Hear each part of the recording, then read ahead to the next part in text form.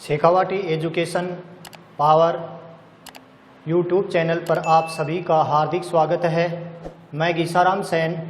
आज व्याकरण का जो महत्वपूर्ण विषय है, व्याकरण उसके महत्वपूर्ण विषय वर्ण विचार है, उसके बारे में आज हम चर्चा करते हैं और इसके बारे में हम विस्तार से पढ़ते हैं।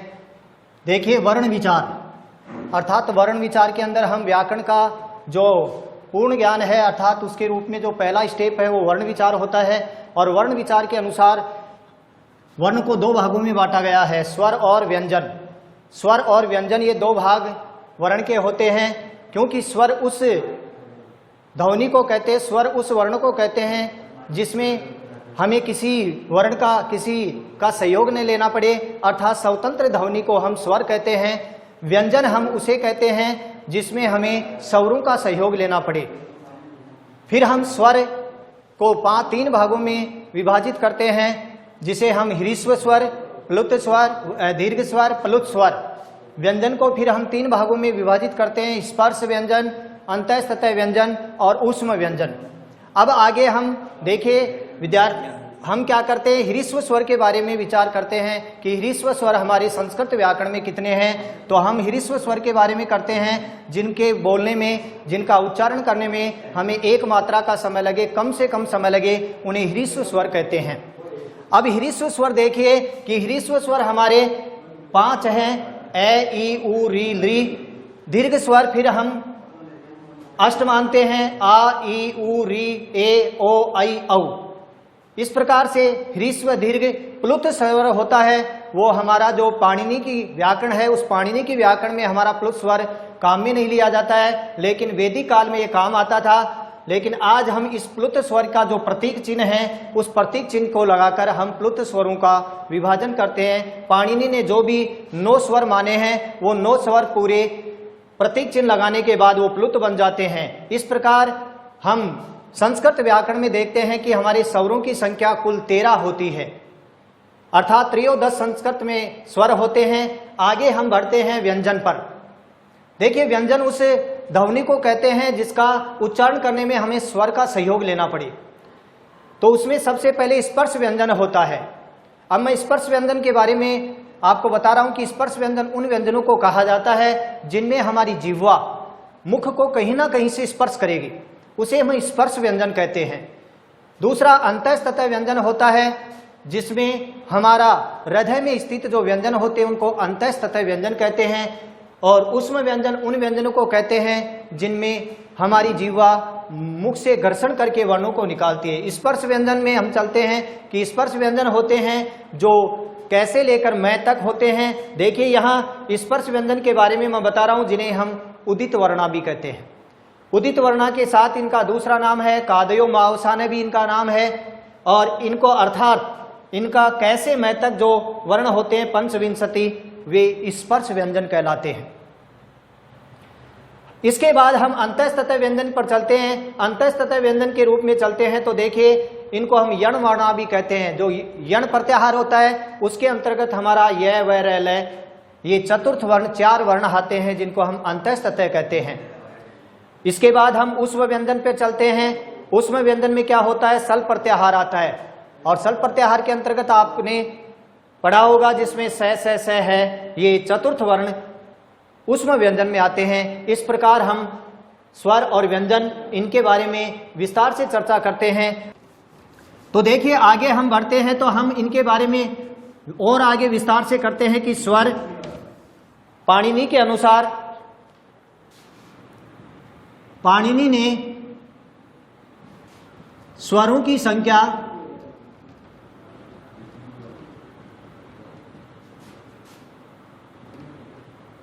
21 या 22 मानी है। पाणिनि ने 21 और 22 संख्या मानी है, जिसमें देखिए किस प्रकार से ए, ई, उ, री, इस प्रकार से ये 4 स्वर हैं। इन 4 स्वरों को पाणिनि ने इनको ह्रीस्व भी कहा है, इनको दीर्घ भी कहा है और इनको प्लुत के श्रेणी में भी माना गया है। इस प्रकार से हम क्या करते हैं, 4 को 3 से गुना करते हैं तो ये 12। तो इस प्रकार से हमारे ये स्वर हुए कितने, 10। इसके बाद हम इसका अलग से डिवाइडेशन करते हैं। इसके बाद लृ को लेते हैं। अब देखिए लिरि में क्या होता है, कुछ व्याकरणकर्ता लिरि को ह्रस्व मानते हैं और कुछ इसको प्लुत भी मानते हैं। इस प्रकार इसको 1 या 2 की संख्या में माना गया है। इसके बाद हम देखते हैं, जैसे आपके इस प्रकार से हैं ए, ओ, आई, औ, इनको दीर्घ भी माना है, प्लुत माना है, तो 4 × 2, इस प्रकार से ये आपके 8 ये हो गए। और 8 होने के कारण हमारी इनकी संख्या 21 या 22 होती है। तो इस प्रकार से पाणिनि ने स्वरों की संख्या 21 और 22 मानी है। अब हम चलते हैं पाणिनि के अनुसार व्यंजनों के अनुसार। पाणिनि के अनुसार व्यंजनों की संख्या पाणिनि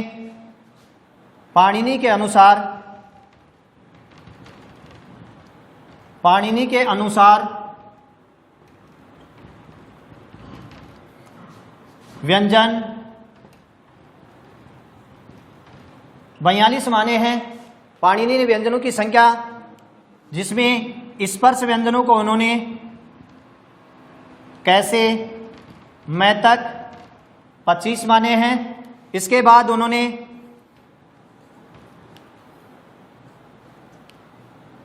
अंतःस्तः व्यंजन माने हैं। अंतःस्तः जिसको यह, वह, र, ल, इस प्रकार 4 ये माने हैं। और उसके बाद उन्होंने ऊष्म व्यंजन 4 माने हैं। स, है, और 4 ये इन्होंने व्यंजन ऊष्म व्यंजन माने हैं। इसके बाद इन्होंने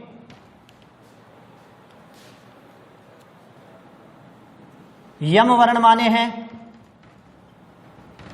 4 यम वर्ण माने हैं। इसके बाद इन्होंने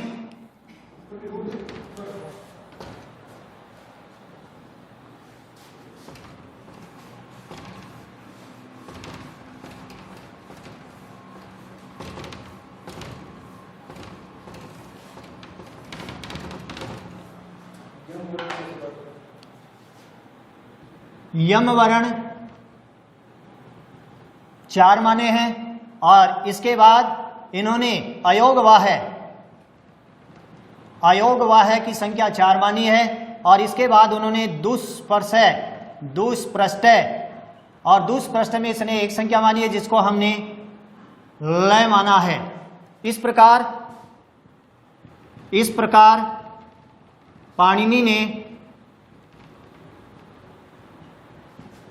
व्यंजन 42 माने हैं। अर्थात पाणिनि के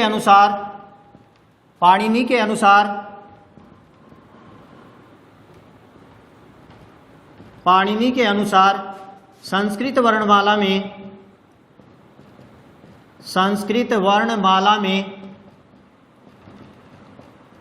कुल वर्णों की संख्या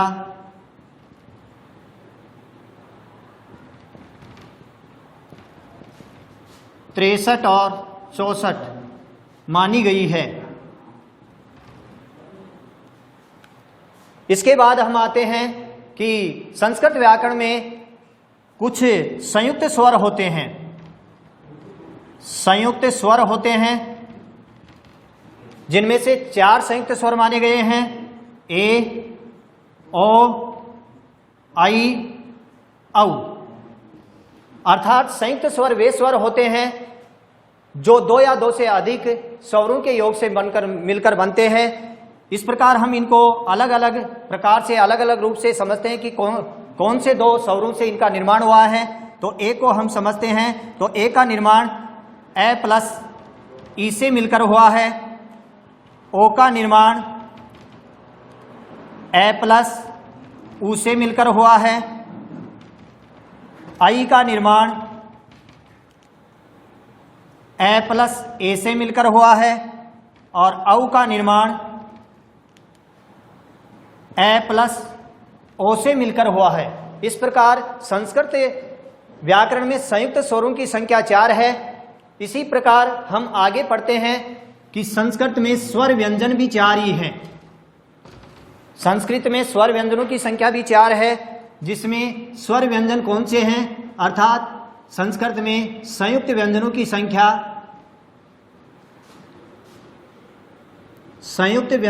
संख्या 4 है, जिनको हम विस्तार से आगे पढ़ते हैं। जिसमें संयुक्त व्यंजन में एक होता है क्षय, त्रय, गे,